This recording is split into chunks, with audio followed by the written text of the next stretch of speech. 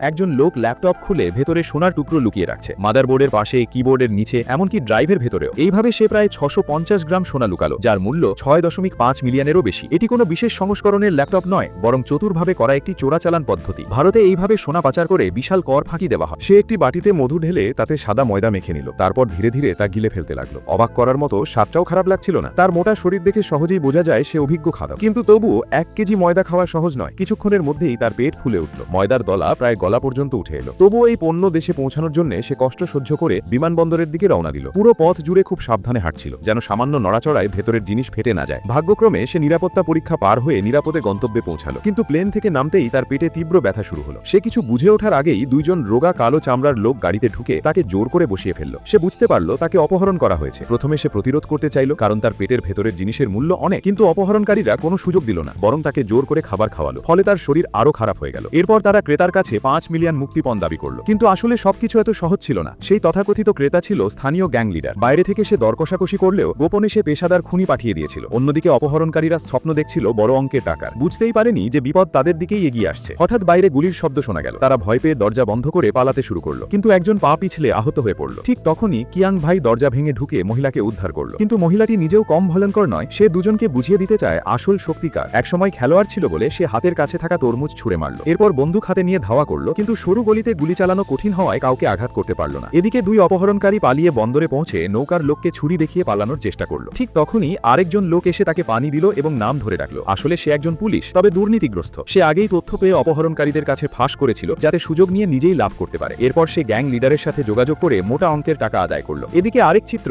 একজন লোক ল্যাপটপ খুলে ভেতরে সোনার টুকরো লুকিয়ে রাখছে, মাদারবোর্ডের পাশে, কিবোর্ডের নিচে, এমনকি ড্রাইভের ভেতরেও। এইভাবে সে প্রায় 650 গ্রাম সোনা লুকালো, যার মূল্য 6.5 মিলিয়নেরও বেশি। এটি কোনো বিশেষ সংস্করণের ল্যাপটপ নয়, বরং চতুরভাবে করা একটি চোরাচালান পদ্ধতি। ভারতে এইভাবে সোনা পাচার করে বিশাল কর ফাঁকি দেওয়া হয়। যদিও প্রতি বছর অনেক সোনা ধরা পড়ে, তবুও আরো অনেক অদৃশ্য থেকে যায়। এর পেছনে বড় কারণ হলো দুর্নীতি। কম বেতনের কারণে অনেক কর্মকর্তা ঘুষ নিয়ে এসব কাজে জড়িয়ে পড়ে। ঠিক এমন সময় এক তরুণ সৎ কর্মকর্তা দায়িত্ব নেয়। সে কিছু সন্দেহজনক ব্যাগ লক্ষ্য করে এবং পরীক্ষা করার সিদ্ধান্ত নেয়। মালিক বারবার বাধা দিলেও সে ল্যাপটপ খুলে দেখে ভেতরে সোনা ভর্তি। সবাই হতবাক হয়ে যায়। এই ঘটনা দেখিয়ে দেয় পুরো ব্যবস্থাই দুর্নীতিতে জর্জরিত। নতুন সৎ লোকেরা এলে অনেকের স্বার্থে আঘাত লাগে। একা লড়াই করা কঠিন, তবুও সেই তরুণ সিদ্ধান্ত নেয় সে একটি সৎ দল গঠন করবে এবং পুরো ব্যবস্থাকে বদলানোর চেষ্টা করবে।